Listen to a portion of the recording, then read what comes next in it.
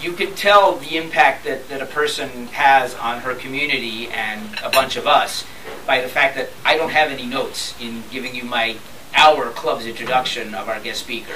She is the district director for Los Angeles City Council member Paul Peretz. She formerly worked in the same council district for Jack Weiss before Paul took that spot.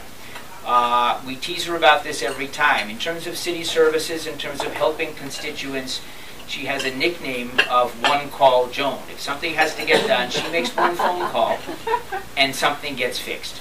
There are few people who are better able to explain to you what goes on in the city because she has put together the relationships with all of these people and all these city departments that make it all happen.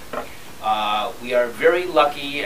She is hardly second class, but as you probably heard from our promoting today's meeting, we had a state assembly member who was to be here and had to cancel at relatively the last minute. The fact that Joan was willing to step in, and I swear I'm not kissing up to you right now, the fact that at such short notice we were able to get somebody who is this good in the community. Yeah, very likely. And not that I've ever seen Mr. Bocanegra dance, but she's probably a better dancer too. So, ladies and gentlemen, for anything you want to know about the city of Los Angeles, please welcome today's guest speaker, Joan Pelico. Thank you, thank you. Thank you, Mel. Okay, so first, what I'd like to say, in honor of your certificate and working with the Japanese and the Japanese consultant, Arashamase. And that is welcome in Japanese. And I will tell you why I know that. Because I happened to go to the Japanese consulate about 3 weeks ago because they had one of their hip-hop phenomenons come in and shop on Melrose, which is also in our district. And the council member could not make it to the event, and the consulate is in Hancock Park. So I went, but my brother had lived in Japan for about 5 years. So I said to him, how do I say welcome in Japanese? So that's how it comes. So it was just so appropriate. Anyway, thank you so much for inviting me, having me here, and I'm glad I was able to be available. Sometimes things happen with people's schedules, which I understand. But as I told Mel when I received his SOS email, I'd already been thinking about you. And there's an event that I have to go to. I pushed him till later with Sheriff Baca. And I said, you know, I thought about it. I'll just go to the Sheriff Baca event, and then they'll probably still be there eating. So I'll come by and say hi. And then I get an email. So it was apparently meant to be. This is a very, very exciting time in the city. For a change, it's not all about doom and gloom.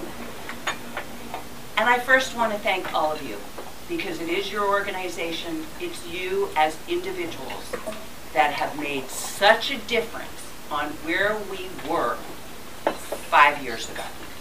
You rolled up your sleeves, you said, okay, what do we need to do as a community? How do we need to help others when the city couldn't help anymore? What do we need to do? And on a personal level, what do I need to do? The recession is hurting me. It's hitting me right in my pocket. My DWP rates are going up, my sewer charge rates are going up, my gas is going up to put in my car. What do I need to do?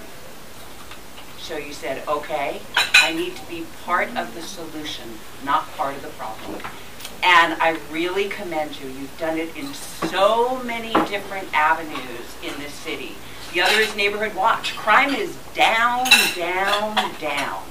And I attribute it to all the Neighborhood Watch groups that have been formed and people looking out for each other and looking out for their neighbors. It hasn't been like this since the 50s, which is pretty amazing because there's a lot more people here now than there were in the 50s.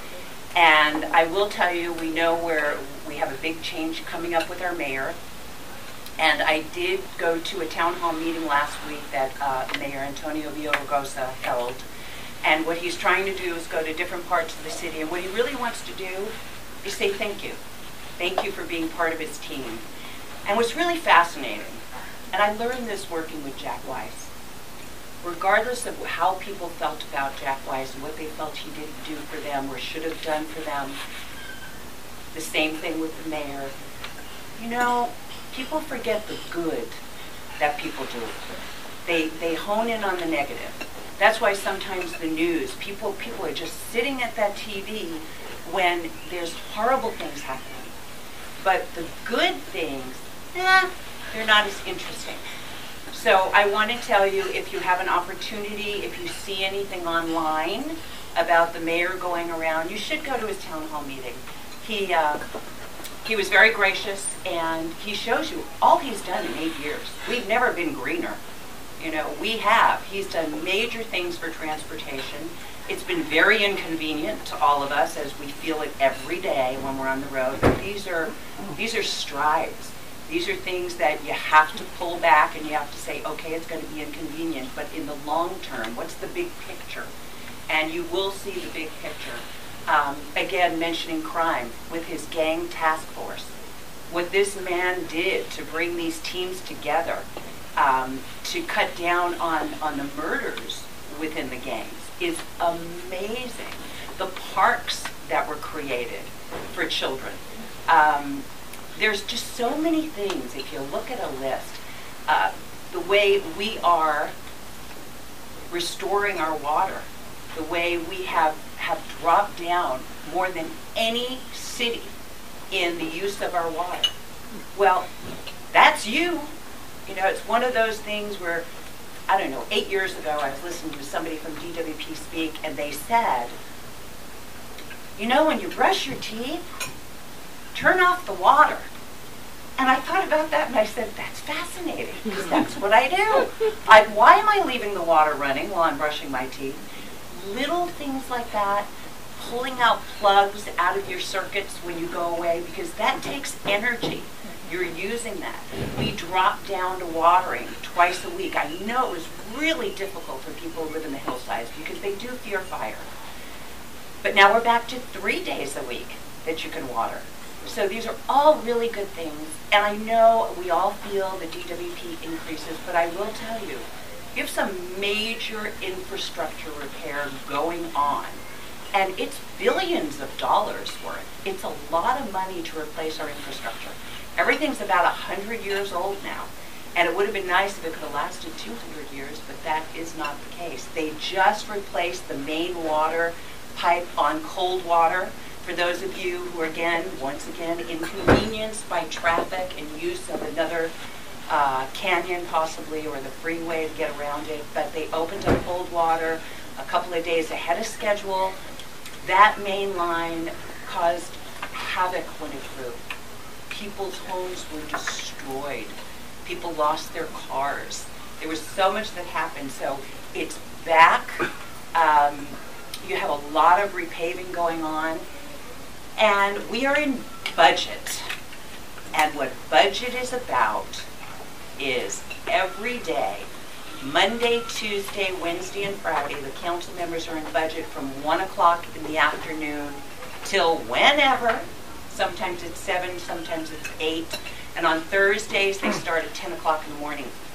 And just to give you an idea of what our office does, we have, just an idea, our deputies like to dabble in legislation in City Hall. It's good for them. It helps them. It educates them, makes them a more well-rounded employee of the city, part of the team. But this is just an idea of one department and how we go through the department. And what they do is they take the department, they take the budget book that's been given to them, and they look and they see the Department of Aging. What kind of funds do they get from the outside? What kind of grants do they get? And how much money comes from the general fund? And then, because my boss, Councilmember Paul Peretz, is very into efficiency, we pull it apart. And then he sits down with us and we come up with questions for the department. Why do you need this? How is this working for you? Can you cut back a little bit more? So these are all the things that go on with the budget process, which they expect to go until June 1st. That's a lot of talking, that's a lot of looking, but I will tell you, and this is what's so exciting, the mayor sends in his proposal for the budget, which is how we start, and he proposes no layoffs, no furloughs, possibility of sidewalk programs, some trimming of trees, things we have not seen in the last fiscal years. So we're looking at this and saying, okay, city services, we're getting back to the local level. We're getting back to being able to provide for the constituency, for the taxpayers, for the people that we work for. So we're all looking at that. We want that more than anything. These are the calls that we get in our office. 800 miles of street repair, which has to do with repave, reconstruction, slurry seal. And I think I spoke about this the last time too, just as an understanding. There are several different grades of a street. Pretty much A to F. Most of our streets are D to F, which means they are failed to compaction. So what happens is that's going to cost you a lot more money. Then you have a slurry seal, which is like a laminate. They can come in every 3 to 5 years, 3 times, and cover the street with slurry. They do that to prevent those streets that are at an A and B not to become failed while they're doing all the other streets and they're waiting, because that's what happens. So they can do a mile of slurry seal for $26,000. Nothing. That's why people always say, my street is the worst, and you know, my neighbor's street didn't have a crack in it. They got repaved. They got slurry sealed. You can't do that for a failed street. Now, a failed street, totally failed to compaction, 1 mile is $650,000. And then, just a repave. To compaction, exactly what does that mean? I'm not to the subgrade. So they will dig all the way up to the bottom. They got to start all over again. And then your repave, they'll still dig. They just did that on Ventura Boulevard going to Encino. We were really happy to see that. They did it at night so they wouldn't disrupt business and people going to work. That was a repave. A mile of a repave is $350,000. So that's why the department puts 80% of your funds to your repaves and your slurry seals, and they take 20%, put it to the failed streets. Otherwise, all the streets would end up being failed. There is a $3 billion bond measure that Council members Joe Biscano and Council member Englander are going around, and they are doing outreach. And again, if you see there is a meeting for this outreach, they do want to hear from you. This is the whole point. They're doing 1.5 years of outreach to see how people feel, because they would want it for a general obligation bond, which means property tax. So you have to say how you feel about it. You know, how would you like to see that bond created? Do I think it's necessary to accelerate repairing our streets, let's say in the next 10 years? Personal opinion? Yes, I do. But again, it's up to you, because maybe there's another way to do it and to create the bond. So they are doing an amazing job trying to do this. Councilmember Biscano, he is the chair for Public Works. That's why he's involved. And Councilmember Englander brought this forward because he thought it was so important to our streets, because that's all we hear when people call us in the office. I want my street resurfaced. And some of you have waited 50, 60 years for your streets to be resurfaced. It's very exciting. I've been to celebrations when people have had their streets repaved. It's great. Everybody's so excited about it. Money does not come from property tax for streets. So people say, you know, I pay high property taxes. Why am I saying? It has nothing to do with property tax. It comes from gas tax. It comes from Prop C, which is if you have a bus that goes on your street, so we know we got Prop C money for Ventura Boulevard, so we're able to utilize that. It comes from federal highway money. There are certain streets that were deemed highways way back when. So, and then there's probably, I think that we had some money, Measure R. These are some of the propositions that have helped fund the repaving of streets. So we do look forward to more of that. Trees. Now I know the last time I was here we did talk about trees, and I want you to know, and this you can look online, and I will give Mel the link so you can do it probably, but the Bureau of Sanitation is offering free street trees to be planted. Oh. Okay, so the mayor, he actually had the Million Tree Initiative, which I spoke about last time, and he never really did plant 1 million trees. In fact, at his town hall, he thinks it was like 407,000. So this is just adding, because we do need trees. You know, they're good for the environment. When you line it along a street, it just looks beautiful. And it's important. Maintenance of trees are really important, because you can't depend on the city to maintain the trees. So taking that into consideration, you know what you have to do. But more free trees. So if anybody needs them in front of your house, if you're going to do a project and beautify an area, or maybe in front of a school that might need trees, feel free. So I will certainly give Mel the information so you can look it up, because you can sign the form online. The other thing, because I want you to be well informed and I want you to feel empowered, is there are good neighbor laws. And we hear from neighbors all day long. There is nothing we can do about neighbors who don't get along with neighbors. Absolutely nothing. We've tried. I always suggest, if you're just moving in, make friends with your neighbors. I make a point of making sure that my neighbors are happy with anything I do. If my daughter has a party, because I have a 19-year-old, she has to go to every house in the neighborhood and behind and let them know she's having a party. There's going to be either music or a band, so they're aware. I don't want to surprise anybody, so that's really important. But there are some people that it's really hard to build a relationship with. So there are good neighbor laws, and I think I've left enough for the whole group here. It's residential. So some of the things you're going to learn is how houses are supposed to look. There are laws about houses and eyesores. Okay? There's nothing we can do about construction that's stopped. We can't force somebody, because we went through really hard times and we're just coming out of it. So what happens is they couldn't get loans anymore. So projects just stopped. But you're going to start seeing it. I see it all around my neighborhood. Everybody's starting to fix their house. Construction is back, which is a very good thing. It's a very good thing. But there's laws, so you should know them.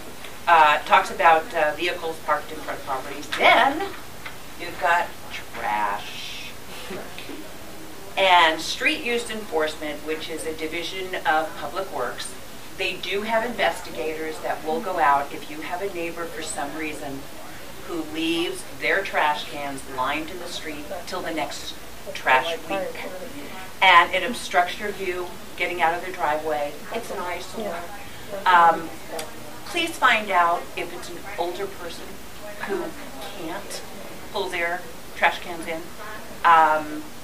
There's sometimes a reason. You know, I know my gardener, when he comes, if he doesn't show up, it's a different story. But he brings my trash cans out for trash day, because he comes on Wednesday, so it's perfect. They pick up on Thursday night, I pull them back in. Somebody might have the same service, but they don't pull them back in because the gardener doesn't come back until next week. So find out before you make that call. Just, if somebody needs your help, it's really important. But everything you want to know, what the Los Angeles municipal codes are, it's important. Empower yourself. Noise, that's a whole nother ball game. Anything that can be audible, it depends on if it's an event, 500 feet, depends on a party, 100 feet, 150 feet from residential. If there's somebody who's continually having parties every single weekend at their house, you can call the police. It's LAPD. Is it an emergency? Do you call 911? No, you do not. You call the non-emergency number. You can always call 311. Whenever I want to get directly into LAPD, I call 311 and I ask for LAPD, non-emergency, and they hook me right up. It's not an emergency. They will go to homicides first. They will go to other crimes that are more serious before they're going to come and tell somebody to turn down their radio. So, but there are laws that you should know about. And vehicles. There are some people, for some reason, have 5 or 6 vehicles in their driveway, some with no tires on them. They're an eyesore. You need to do something about it. You know, I know sometimes talking to a neighbor does not work. And if you have tried that, just don't take it in your own hands anymore.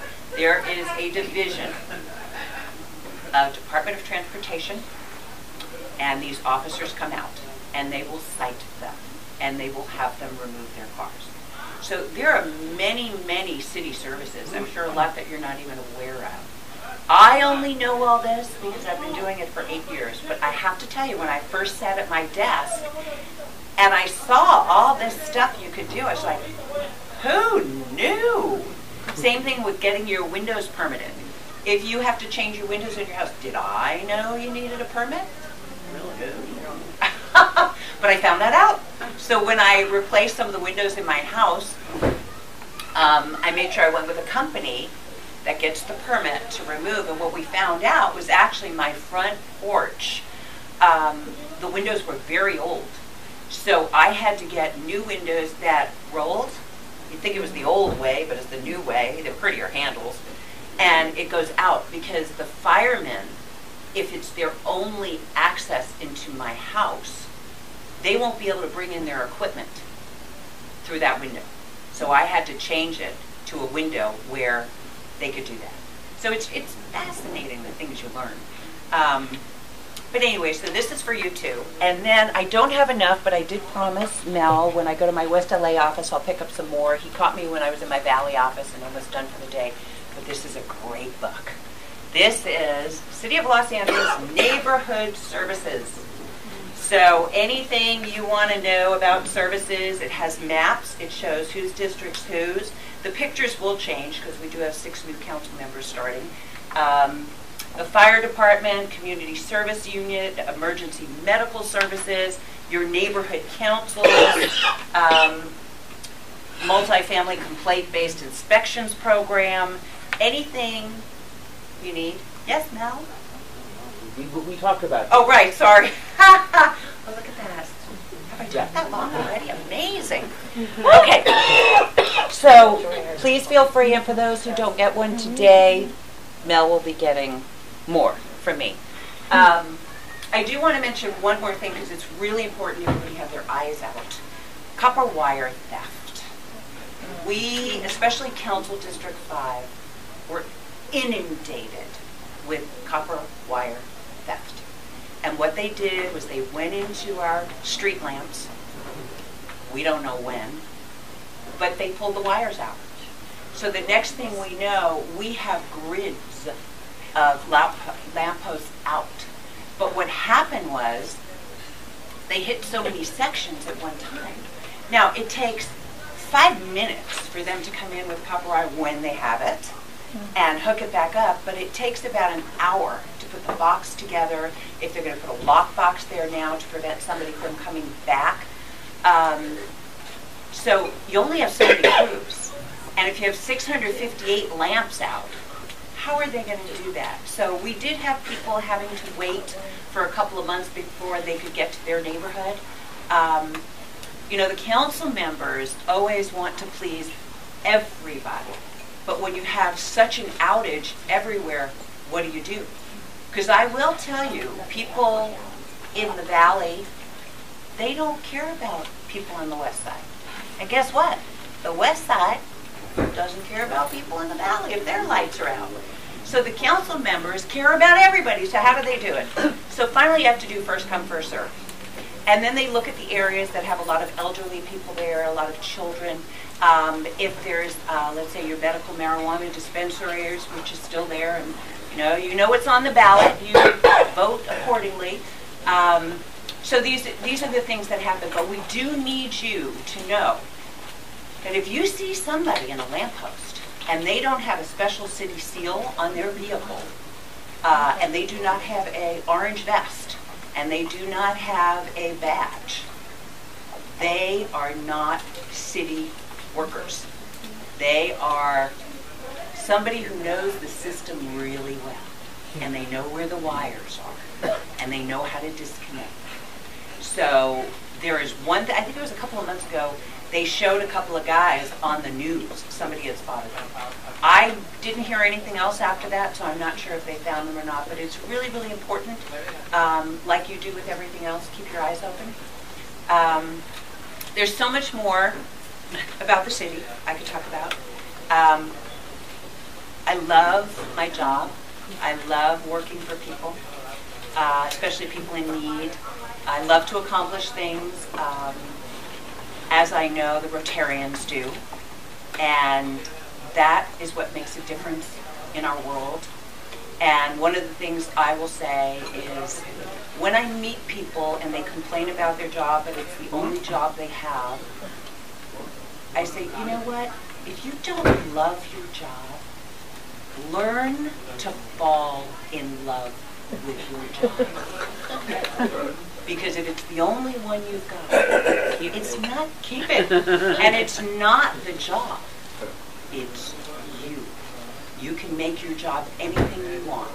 And that is one of the things that I did starting 8 years ago. I was given an opportunity, and all I was told to do was take care of community, go to as many meetings as possible to get well informed, and that was it. So I spread my wings and I said, oh, this is going to be fun. So anyway, I love being here. Congratulations to all of you for all your accomplishments and everything you do every day. And I look forward to being here again. Thank you. Thank you.